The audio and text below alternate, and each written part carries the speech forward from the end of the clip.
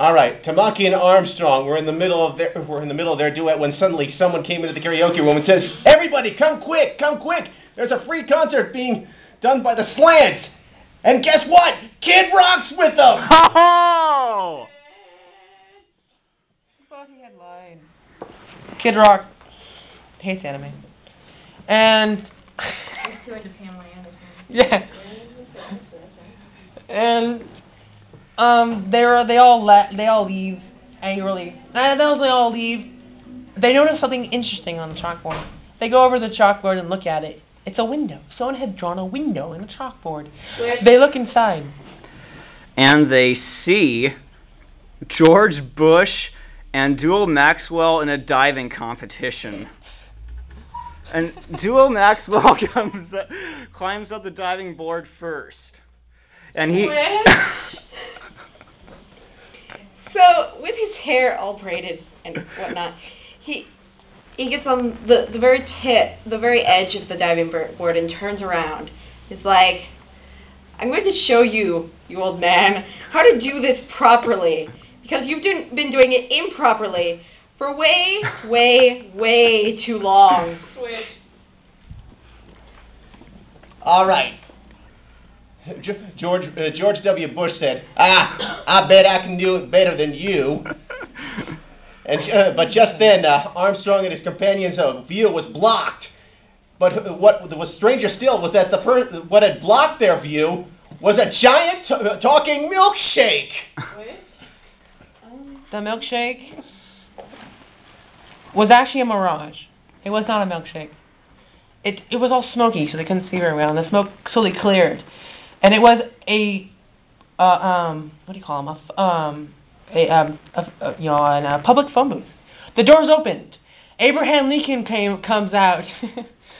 7 seconds ago, our fathers went on a glorious journey through time. and it turned out to be Trowa Barton in disguise. He took the disguise off and told George Bush that he was Duo's challenge, and George Bush was posing, and so he ended up punching him in the face, and he decided to continue, and so he decided to continue the match between him and Duo. So Trowa and Duo are having a diving contest. yes. Okay, just getting that straight. So, The weirdness abounds. yeah. And this is all I can think is non-PG-13. How far from the mountain? I'm sorry. So they Lightning from God comes down from the sky and blurs his skate. So there's blue lightning, and all of a sudden there's random guy with sword comes running out of a parking garage, and he's like, "I am the one!" Just then, the guy who said, "I am the one," got a strange hand grenade tossed at him and was blown up.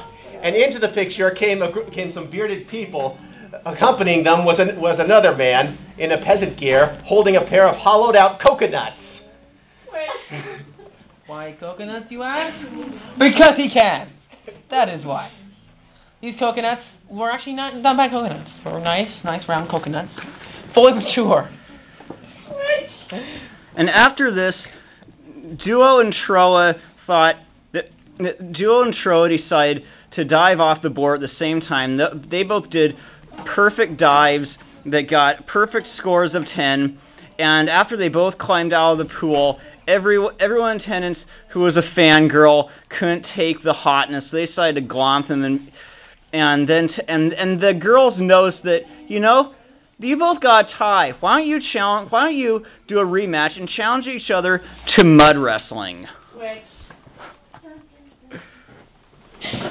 This is not my fault. So they get into the mud and they're like, "Well, we're gonna grease ourselves up first because with the mud to make it unable for the other person to get a hold." So they derobe for the most part, for the most part, so that they don't have anything to hang on to, and what could be is put away.